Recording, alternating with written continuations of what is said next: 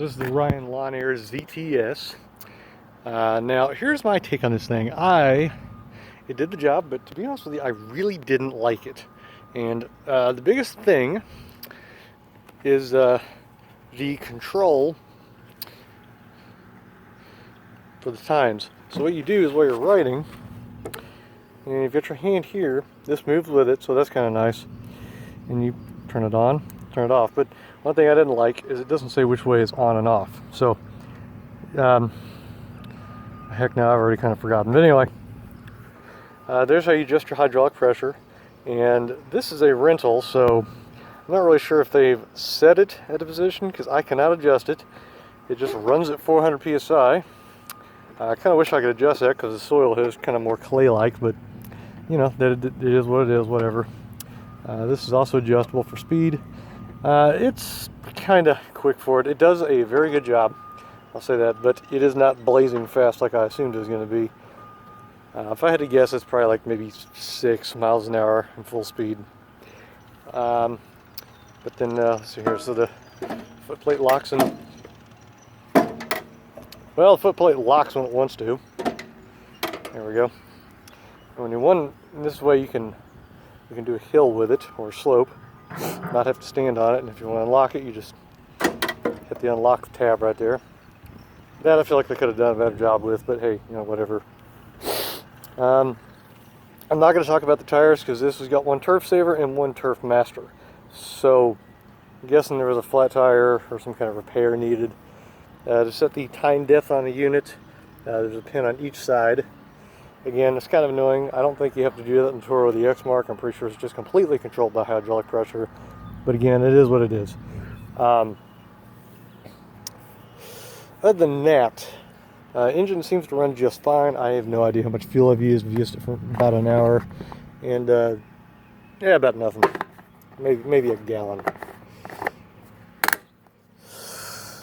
But yeah, other than that, this is the parking brake. So kind of tight, you pop it up, parking brake's off, and it's just like my Stander. If you look right here, the parking brake is just a bunch of teeth that engage.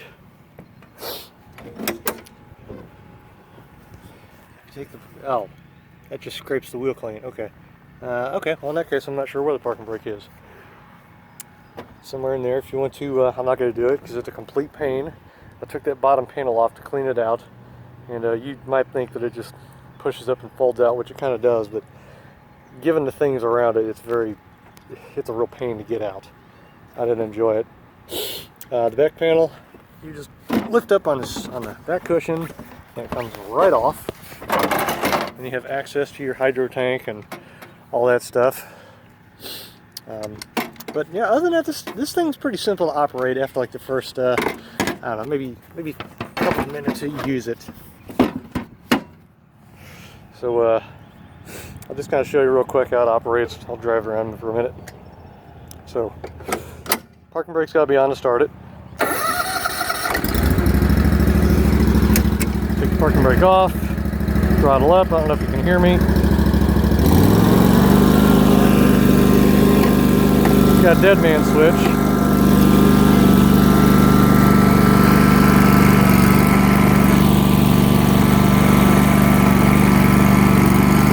Now, here's what I was saying about this pressure.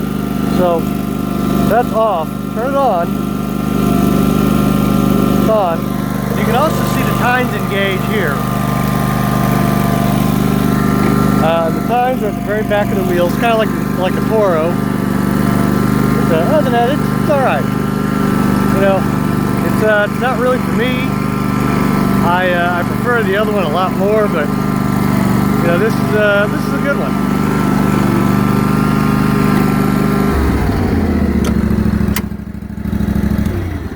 The only thing I don't like about it is this bar, and I believe this is actually made by Bobcat. I could be completely wrong, but this bar, it looks pretty thick, but holding it long enough, it's like it resonates a vibration in your fingers, and then your hands go numb after like 30 minutes, and it's incredibly uncomfortable.